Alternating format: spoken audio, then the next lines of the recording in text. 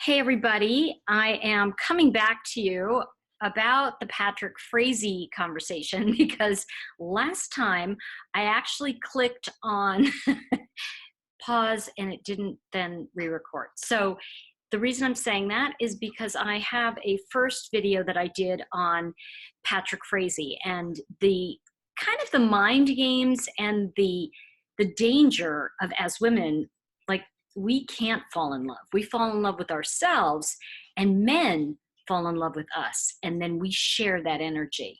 A woman who falls in love with a man, typically she falls in love with her son, because it's somebody you coddle and take care of, because when we fall in love, we want to take care of them. So it's really important that you get that the conversation in this video is going to be around, I had some of the conversation early on about Patrick Frazee's first girlfriend before Kelsey. And now I'm going to talk a little bit about Crazy Crystal. Now, I don't want to be mean to Crystal because I also feel like, you know, one of the things that's come forward to me in all of this work looking at true crime has been that these dances that people play with each other and the interwoven things that happen are not something that I think people wake up in the morning and think, I'm gonna just mess up my life. I don't think they do that. I think that the desperation comes from the disconnect with ourselves and with our with God, with our spirituality, and we forget who we are, and therefore we go take someone else's pulse to see if we're alive. And that's something that I feel happened very clearly with the Frazee case. So I want to get into, and I may be repeating some of the things that I said before, but I think it's going to be important to go back over it. One of the things, and just to go back a little bit, one of the things that I did say was that the idea of Patrick Frazee torturing bad, but killing sweet. Now, what do I mean by that? Well, the bad girl, the one who ultimately went to prison, that was Vanessa. She ultimately went to prison for stealing with her next boyfriend who was into drugs, and she got all into that with him. She then blamed Frazee for that because she felt he played torturous mind games. Now, I can understand the rage that came up in her over that, and I can also understand how that got played out. That said, I want you to notice, though, as we step back, this is about Frazee, and this is about the idea that he loved the mind games, like being able to rip somebody up, tear them down, then call them at 3 in the morning and go, you know, I see you in a wedding dress. And I just had to tell you I had this dream. Meanwhile, he hadn't called in 4 or 5 days. And so this is the kind of stuff that you begin to see when you're getting that desperate feeling. And so part of what I want to talk about here in this is that we talk about signs, we talk about things that show us that we're off kilter, right? That we're not on track anymore. One of the big things that happens, and I think in this particular situation it's perfect, is that we lose our treading, right? Because we're jazzing, we're doing great, and then all of a sudden it's like they haven't called for 2 days, 3 days, 4 days, 5 days. And it starts with any woman, it starts the wheels going. Now, here's the thing that happens with someone that is in open conversation mode versus closed conversation mode. Open conversation mode texts and says, hey, I haven't heard from you in a few days. Everything cool? Are you all right? What's going on? Right? Now, there's the old thing of like, don't chase a man, blah, blah, blah. But it's fine to say, hey, I haven't heard from you, because that's open communication. Then what most people do is they go to the closed conversation around, well, he hasn't called, he hasn't done this, he hasn't done that. And rather than, there's 2 ways they go. They either get into complete anger and overtext and go, what's going on? Da, da, da, da, da. And then the other person can then say, you're crazy, right? You're overreacting. What do we love? You're being emotional, right? And so you have hormones going on. I mean, the things that will drive people, particularly women, absolutely cuckoo crazy is to say that kind of stuff to them. But what happens is with someone who's in open communication, that woman's going to be able to say, this isn't a conversation I want to entertain. And if you would like to talk to me as an adult, I'm really happy doing that. And you see, someone who's like not well, like a Frazee, is going to try to lure you back in. Well, if you remember what began to happen, so remember I said that he killed good, but he tortured bad. If we look at Kelsey, she was really a good person. You know, everybody liked her. She worked hard on herself. She did things for her life. She had this baby, right? She had her baby. She, for all intents and purposes, it appeared she really cared for Frazee. There was a nice thing going on. The thing that happens with healthy, when someone is healthy and open, there can be a thing where they start to go into upset and go, what are you doing? We're done, right? Now, you see, there's no way of knowing if the way in which, I want to say Kelsey behaved just lit a fuse for him, right? Because I don't want to blame the victim, but I do want to look at responsibility, right? Where, you know, and I really want to put out some good vibes to Kelsey and say that, you know, her mother even said she broke up with him. So the truth is she kind of knew what was going on, and ultimately she went, you know what, he was probably pulling these stunts with her for a while, and I'm just jumping in and kind of picking up on that vibe that he was saying, she's a drunk, she's this, because what did he want? If we really look at what he wanted, this is a man, and I can look at him, when just in his body you can see he is completely addicted to his mother.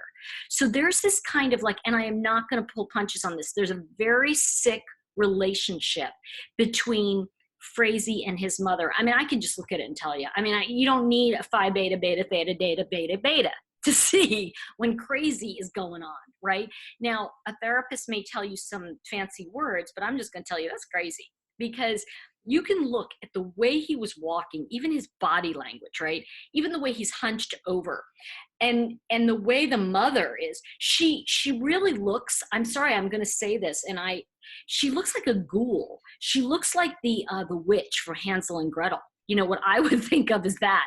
And when I look at her and I look at him and I go, all that woman wanted was that little girl. It was almost like she wanted Gretel so she could, like, you know, pick at her in the little cage. This is really what I was seeing from that mother. And when I look at the extreme damage, did you want to come up and say hi?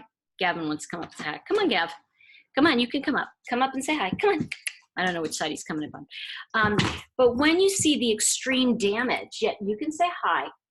Gavin, you kind of overshot the end zone there. Okay, buddy, right there. Okay, good boy. Good boy. When you want to sit, why don't you sit with me? That way we can be chill. When you see the extreme damage that a woman, and you could see it in her face, you could see it in her whole body. Hi, sweet pea, I know I love you too. You're such a good boy. Look at that, he's such a good boy. But when you see that, what begins to happen is you can, if you have any kind of vibes, you can kind of go, wow, there's something really wrong on this. There's really something that's not right.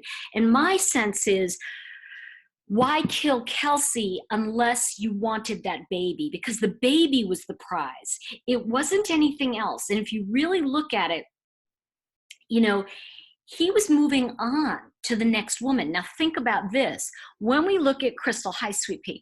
When we look at Crystal, who was the next victim, if you will, one of the things that happened with Crystal Lee is that, you see, she was sucked in because he was telling her the same kind of stuff. But here's the thing I want to share with you.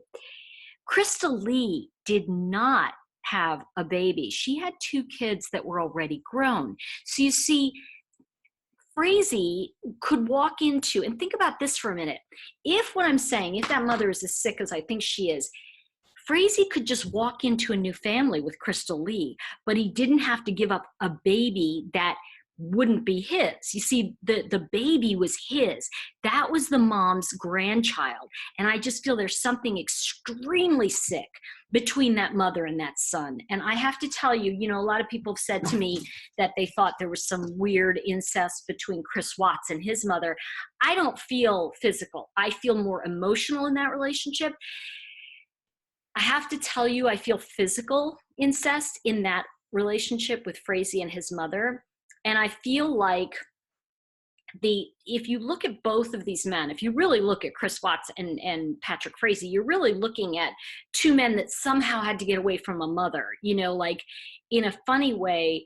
I feel like Watts was like Pepe Le Pew, but this guy, this Frazee, I mean, I think his game was elevated because he learned that his own charm was working on women. Now think about this.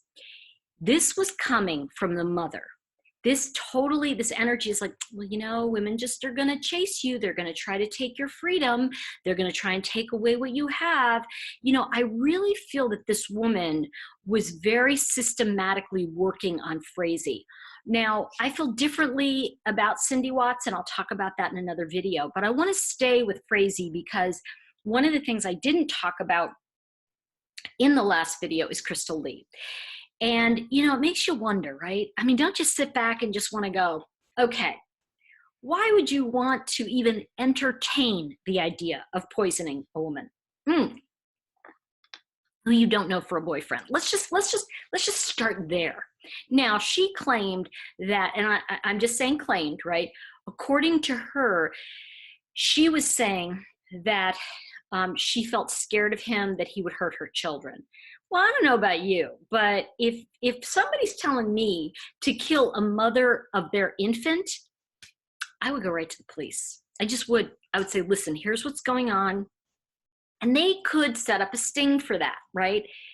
I don't get why she would wait until Kelsey was dead, unless she really did feel that he would get off. He would go to jail for a few years and then come back and kill her. Now, if that's the case, if we really follow it through from her point of view, I can almost understand why she tried so hard not to be involved and why she tried so hard to get away from it, but then she was an accomplice. So, you know, and I know that if we look at this also on another point, Frazee hasn't admitted something and there is no body. It's really just the nurse's word. So we really don't have, when I say the nurse, I'm talking about Crystal Lee, we really don't have solid evidence at this moment. But let's talk about a couple things that I think are very important. And the biggest thing is that there were several attempts that Crystal Lee did I know I grabbed the wrong glasses, on Kelsey's life. The first one, she was supposed to poison Kelsey's Starbucks because Frazee knew the drink. He told Crystal to get that drink and poison her. Crystal went all the way to that Starbucks and then didn't poison her. She just chickened out. The next thing that happened is that Frazee gave her a metal bar to beat Kelsey. She also went to a certain point and then didn't even use the pipe, right, to attack Kelsey. Now, this is the thing that's very interesting. Frazee, during this time period, was accusing Kelsey of abusing the child. He was saying that Kelsey was in a rehab in California. She was a drunk. Well, none of these things were actually true. But you see, what he was setting up was the excuse to get custody.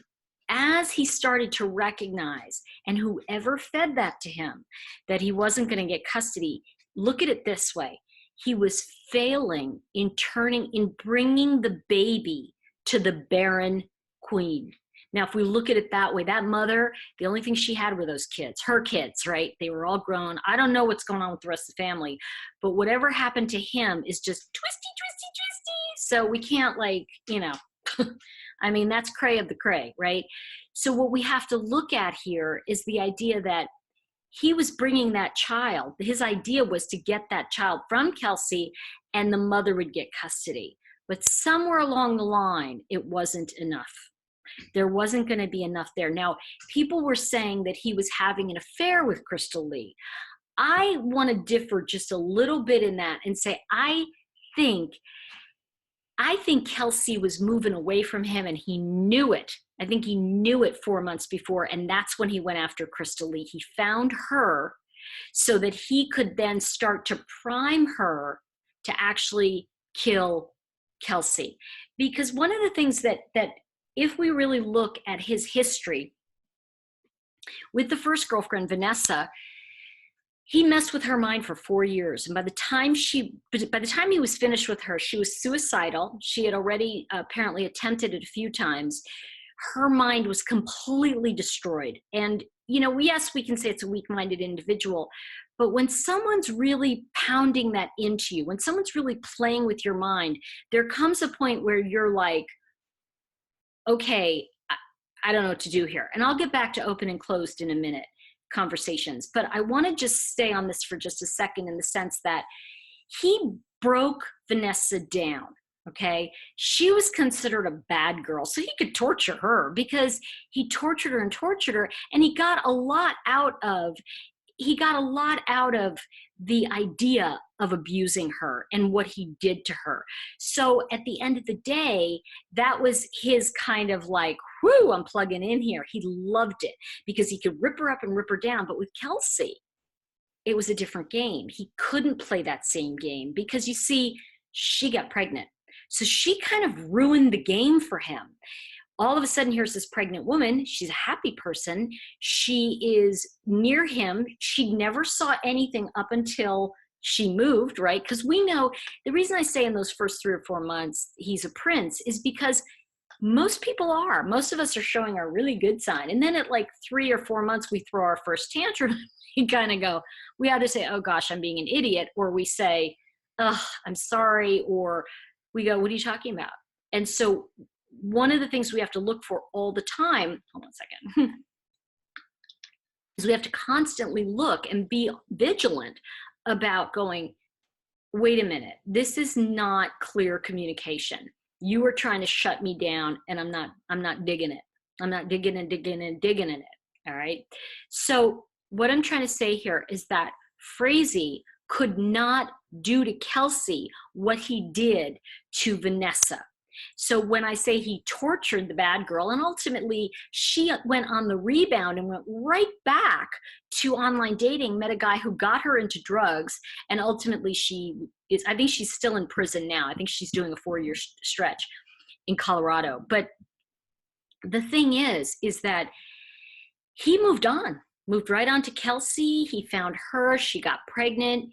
Everything looked fairy tale, right? Because he's so good looking. But you know, I want to share with you, if we look at his face and look at his energy and we go a little bit deeper, you're going to see something beyond that good looking. And I have to tell you, you know, I can't tell you how many times I've said to friends of mine, like, oh, what do you think of him? And I go, well, what do you want me to think?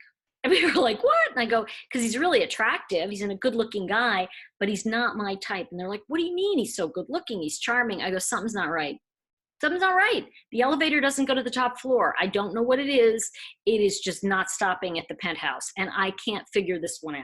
So when I say this, it's one more time, we're looking at a pattern of, can you spot crazy? So when we look at Patrick Frazee, when we look at Chris Watts, and the reason I keep looking at these guys on this particular channel is that I want us to start getting into the pattern of, oh, not only do I see something that's not right, but I'm also hearing something that's not right.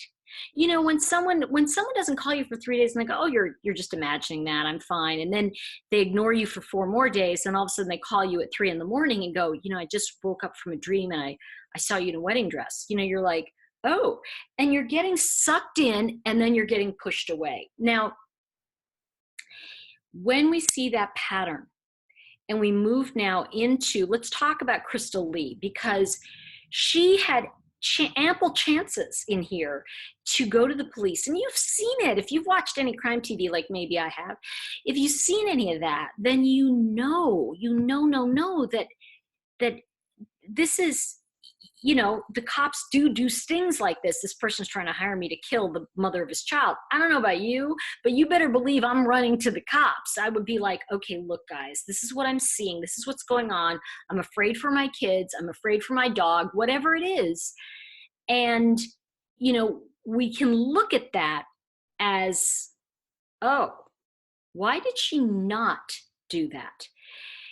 And there's only one thing that can dawn on me, that the one reason that, in a sense, if I'm putting myself in that position, I'm kind of feeling into it. The only reason I would not do that is if I really felt he would get away with it and he would come back and kill me or my children. That for me would be something that I would be terrified of. And I would definitely think twice. That said, I'm still the kind of person that would go to the cops. I would still go and go, look, he's trying to kill this girl. I don't know what to do. So in that sense, I kind of don't feel sorry for her. I kind of feel like, you know, Crystal Lee, like, you know, But she's testifying. She's doing the best she can. She's coming forward now. But, you know, for me, and I'm sure it's this way for Kelsey's family, girl, that's a little too late, okay? It's like at this point, you know, you could be doing jail time and that now you've got, your kids have no mother, you know? So it just kind of, and I think what we need to look at in this is that Crystal sent the fake texts to the mother, right? And I keep saying, and I say this to friends of mine all the time, girl, if something feels wrong, it is.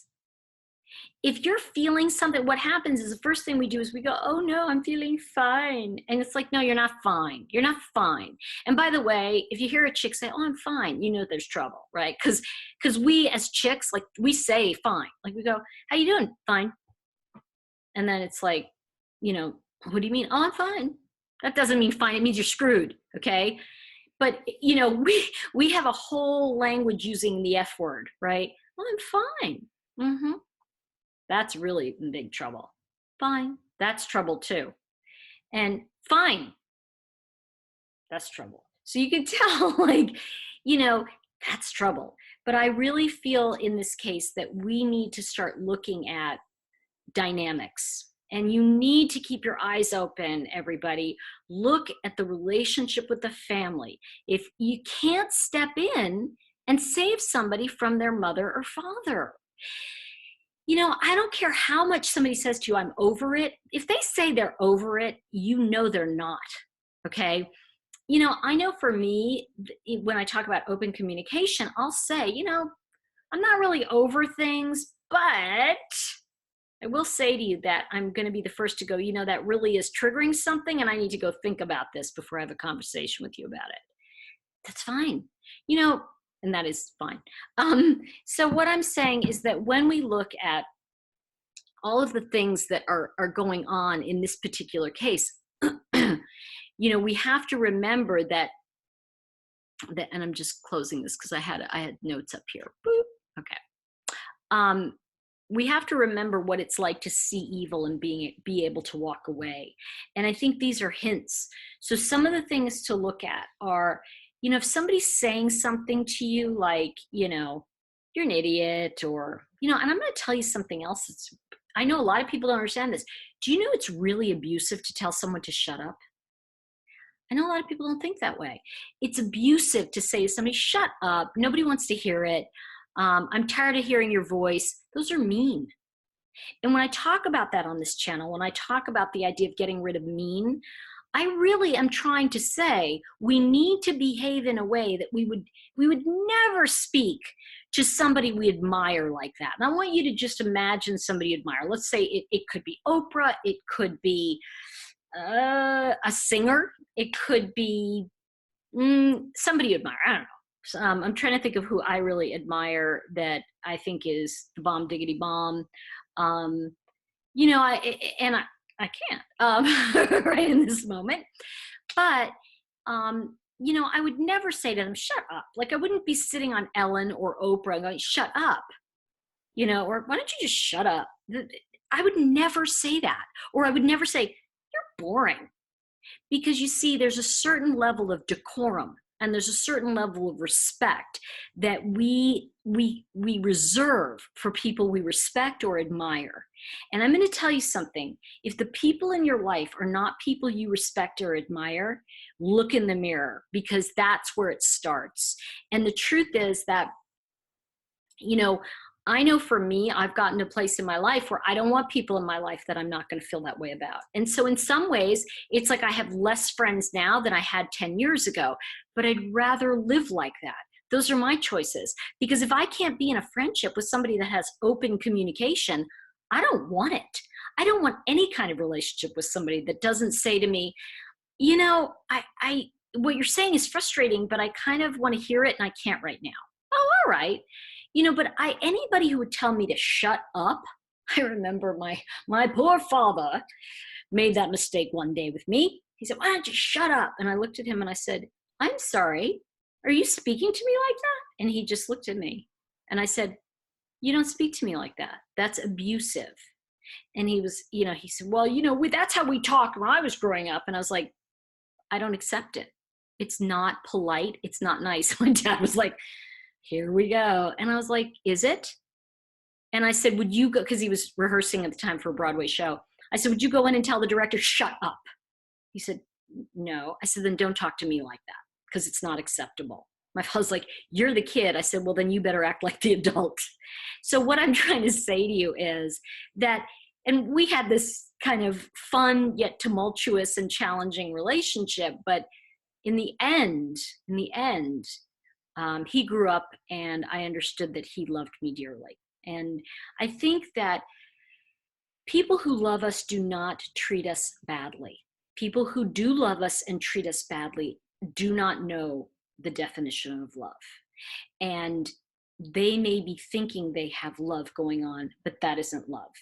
And so the reality is that here's the thing, you know, it's like, I love those kids, right? Saying I love those kids. Well, you may have thought you did, but you actually didn't, because you don't kill your own children, you know, and you don't kill your children's mother. You just don't. Because you see, that act is destroying your own child. And this is something that Frazee did. And if he was willing to do that at any step along the way, at what point does Crystal Lee need to step back and go, this guy is like not very nice and he's kind of dangerous and I don't want to be involved with that.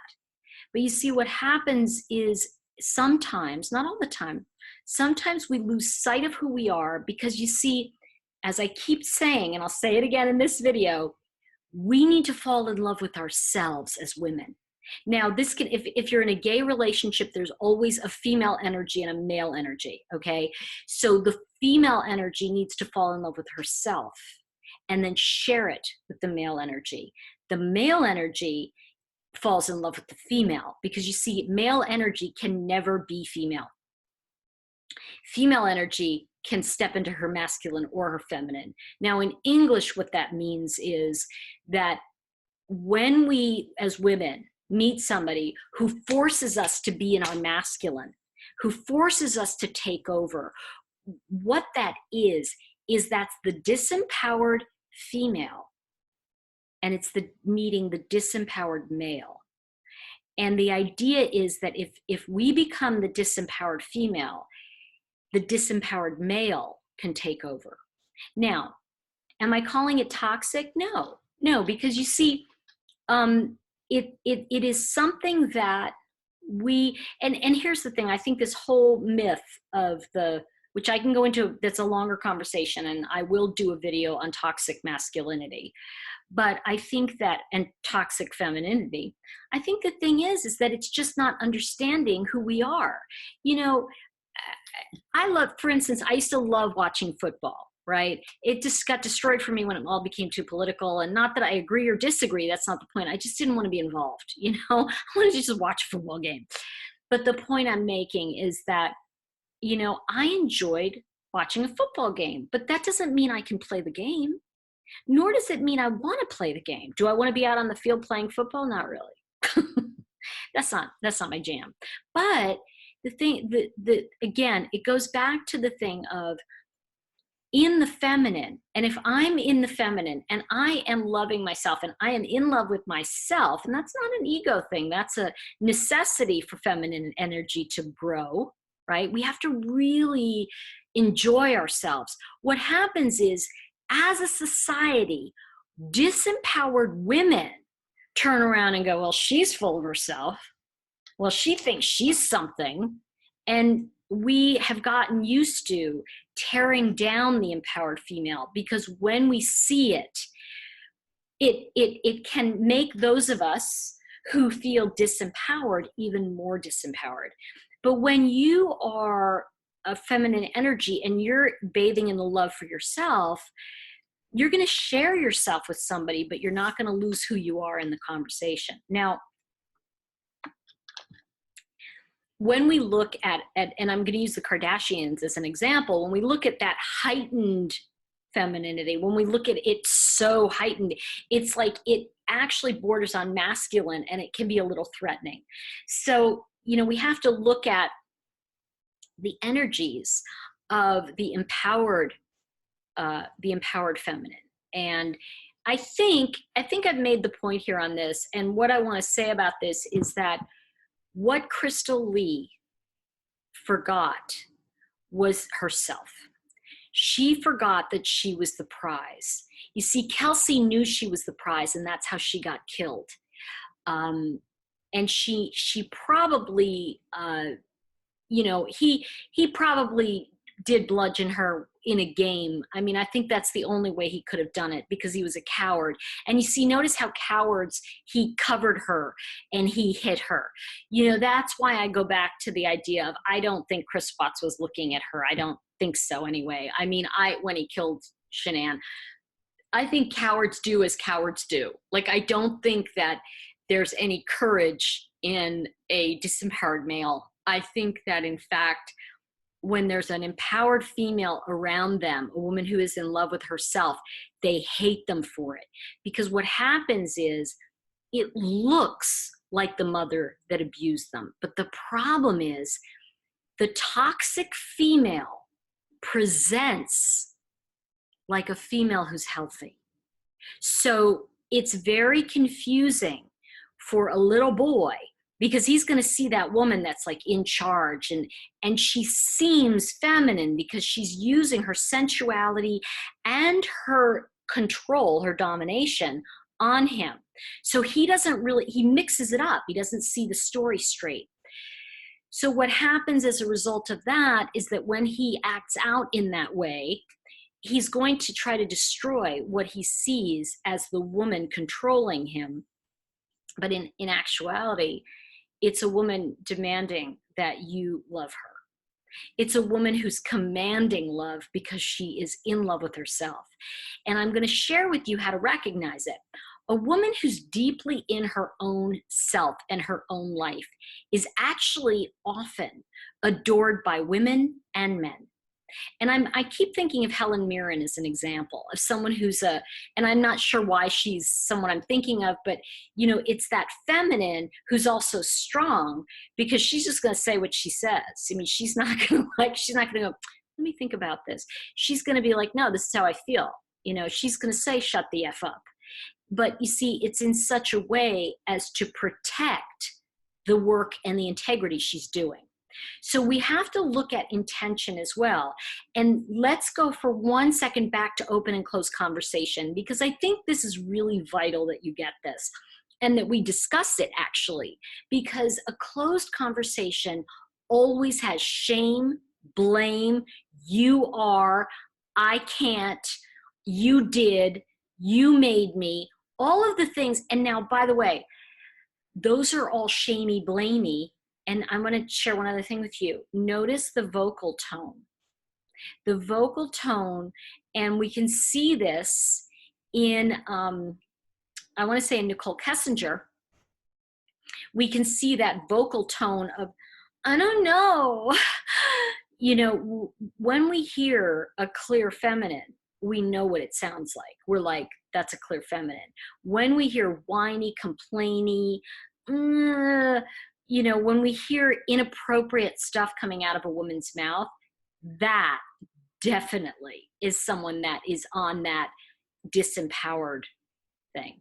Now, we have a lot of words today that we use with that, but on the other side, the open conversation really becomes one of, hey, here's how I feel about this. I noticed that you haven't been around for 5 days, and you called me at 3 a.m. and said you saw me in a wedding dress. I'm going to share with you that while that's really, like, I want to say it's very seductive conversation, and I'm really, like, intrigued, I also feel like it's confusing behavior to me. And then shut it and listen. See what they say. Because, if they start backpedaling, oh, you're overreacting, or, oh, babe, I'm telling you how I really feel, take it with a grain of salt. Because you see, I used to say to clients all the time, where are his boots? If the person is with you, if they're with you, then they're with you. So what I'm trying to say is, when someone begins to blame someone else, for their own death, for their own demise, well, they went on this trip, or they did this, or they did that, it is taking away the open conversation. And we call it responsibility. We call it the blame game. But an open conversation doesn't allow for that. And I'm going to share with you, this is years ago. I had started dating somebody that I obviously was a disempowered male. I didn't know it at the time, but we had a really great time, and we were in Phoenix, and we were just having a great time. And he said to me, he got really into upset, and he started driving super fast. And I started to feel uncomfortable. And I said, you know what? I'm really uncomfortable with the speed you're going.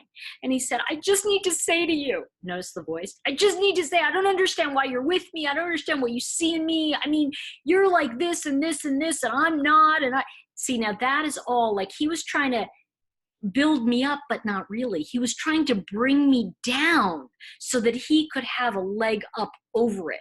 And what he was trying to do was manipulate the situation. He said, I don't understand why you even love me. Okay. So I said, I'll tell you what, slow down, because I'm getting uncomfortable. And he slowed down a little, and I said, let me just answer your question. I love you because of who you are to me, and you are also the person that God put in my life to love in this moment. And he stopped. And that was the last time I saw him. He went on to date a married woman, and he went into other relationships like that. I lost touch with him. But the point I'm making is that the moment you have an open conversation with someone that is unable to have one with you, they will either leave, or they will suck you into lowering your own self-esteem. So what could have happened is, the moment he was crying about how he wasn't worthy, basically, I could have said, of course you are. What am I doing? I'm being mommy. Notice that? Of course you are. You mean so much to me. And how can you even think? You're just such an amazing guy. I'm immediately coddling him. I'm immediately making him like, oh, you're a good little boy. And what did he do? He sucked me into being mommy. And the minute I'm mommy, he's disempowered me. I'm in a relationship that is not healthy. And he can now play the little boy and manipulate the heck out of me. But the minute I say, no, I do feel this way, and that's how I feel, and, because I think you're terrific. I think you're a terrific guy. And see, the thing is that open level of conversation, what happens is, sorry, I got some in my eye. What happens is that a lot of times we don't know any better. When we look at a Kelsey, or we look at somebody who's a nice person, and this is how it happens. It begins with some kind of tantrum the man throws, where the woman has to become the mommy. Instead of saying, I can understand you're having some feelings about this, but, I don't know how to answer that. I'm not sure what you want me to say. Because see, I'm containing myself because I know that, I have a great time with you. I think you're terrific. But you see, I'm staying in my own lane. Notice I'm not going over and coddling him. So you see, what begins to happen is if we do that early enough in the relationship, the guy is either going to go or grow. And if he is really a toxic little baby who needs mommy, he's going to scamper off to mommy. But most of us, I'm putting myself in that category now, many of us, let me relanguage that, many of us will say, but it's like, this is so good. And it's like, if it's that good, it will be okay if you hold the love for yourself. If it isn't that good, it doesn't matter what you try to twist yourself into. It is never going to work. So I'm going to leave you with some of these thoughts. In my next video, I'm going to talk more about the blame game with moms, because a lot of people think that we're blaming moms, but we're not. So thank you for joining me, and I look forward to seeing you in the next video. And there we go.